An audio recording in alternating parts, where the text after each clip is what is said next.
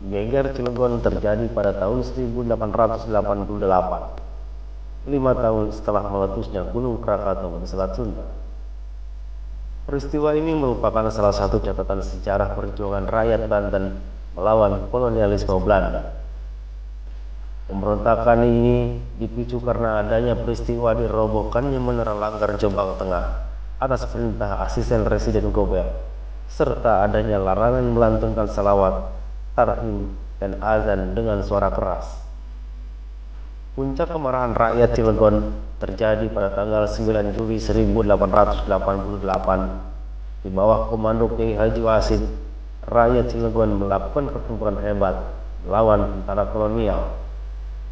Meskipun pada akhirnya Kiai Haji Wasid tertangkap dan dihukum gantung, serta beberapa pengikutnya dibuang ke wilayah-wilayah lain di Indonesia. Bangunan eks-kantor asisten Presiden Gobel terletak di jantung kota Cilegon.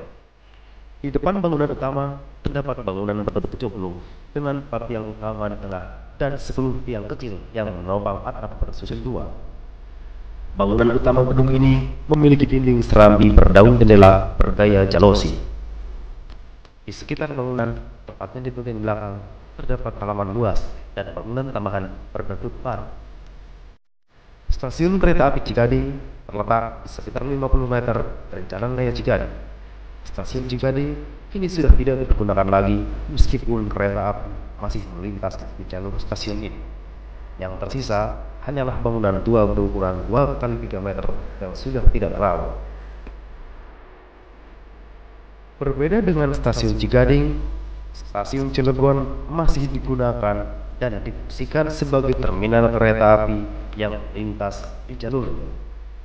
Dalam catatan sejarah, stasiun Cilegon dibuka pada tanggal 13 Maret 1808.